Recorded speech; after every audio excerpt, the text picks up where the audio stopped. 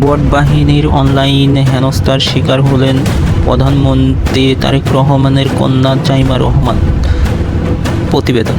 বট বাহিনীর কাছে আজ হেনস্থার শিকার জাইমা রহমানের দায়ী মুখ খুশকে চেলসির গোলকিপার প্রস্তাব পেয়েছিলেন বলা ক্রীড়ামন্ত্রী আমিনুল হক।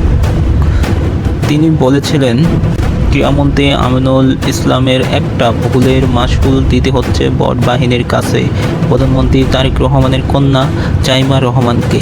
জাইমা রহমান দেশে আসার পর এখন পর্যন্ত যত বক্তব্য দিয়েছেন, অত্যন্ত মার্জিত সুন্দরভাবে কথা বলতেছেন মিডিয়ায় এবং সকলদের সাথে। এমন কোনো কথা বলেননি যেটার কারণে অনলাইনে হেনস্থা হওয়ার মতো বিষয় হতে পারে বা দেখা গিয়েছে।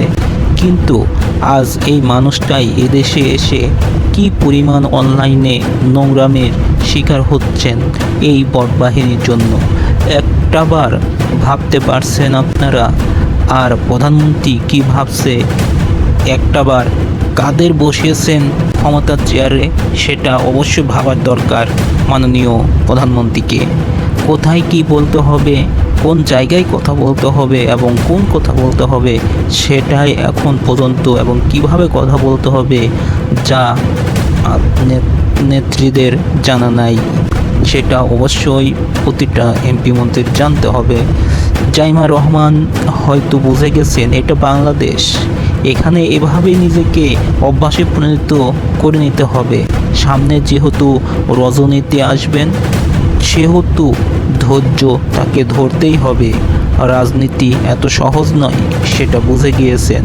রাজনীতির মাঠে অনেক কোন্দল থাকবেই, অনেক হেনস্থার শিকার হতে হবে।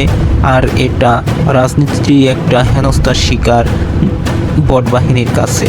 আর এখন থেকেই প্রস্তুতি নিয়ে এগিয়ে যেতে হবে অনেক বিশেষজ্ঞদের মধ্যে। জাইমা রহমান এসব টোলকে পজিটিভলি দেখেন, কারণ তারা দেশকে ভালোবাসেন। রাজনীতিতে এসে উনি যখন দ্রুত সকল স্থানে যাওয়া শুরু করবেন, তখন নেগেটিভ লোকগুলোও চলে যাবে এবং নেগেটিভ মন্তব্য করা বাদ দেবে। তিনি জাইমা রহমানকে নিয়ে অনেকে সোশ্যাল মিডিয়ায় অনেকভাবে অনেকের সাথে তুলনা করে অনেক কট্টর ভাষায় এবং হেনস্থা করার শিকার করতেছে। তারা অনেক ট্রল করতেছেন এবং এসব বট বাহিনীগুলো অনেক চেষ্টা চালিয়ে যাচ্ছেন জাইমা রহমানকে সর্বোচ্চ হাস্যকর একজন মানুষ বানানোর, কিন্তু তারা জানে না কার বিরুদ্ধে লেগেছে।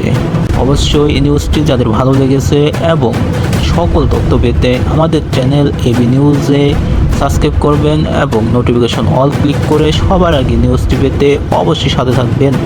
বট বাহিনীর তদন্তটা তুলে ধরলাম প্রমাণ সহকারে, আপনারা দেখতে পাচ্ছেন।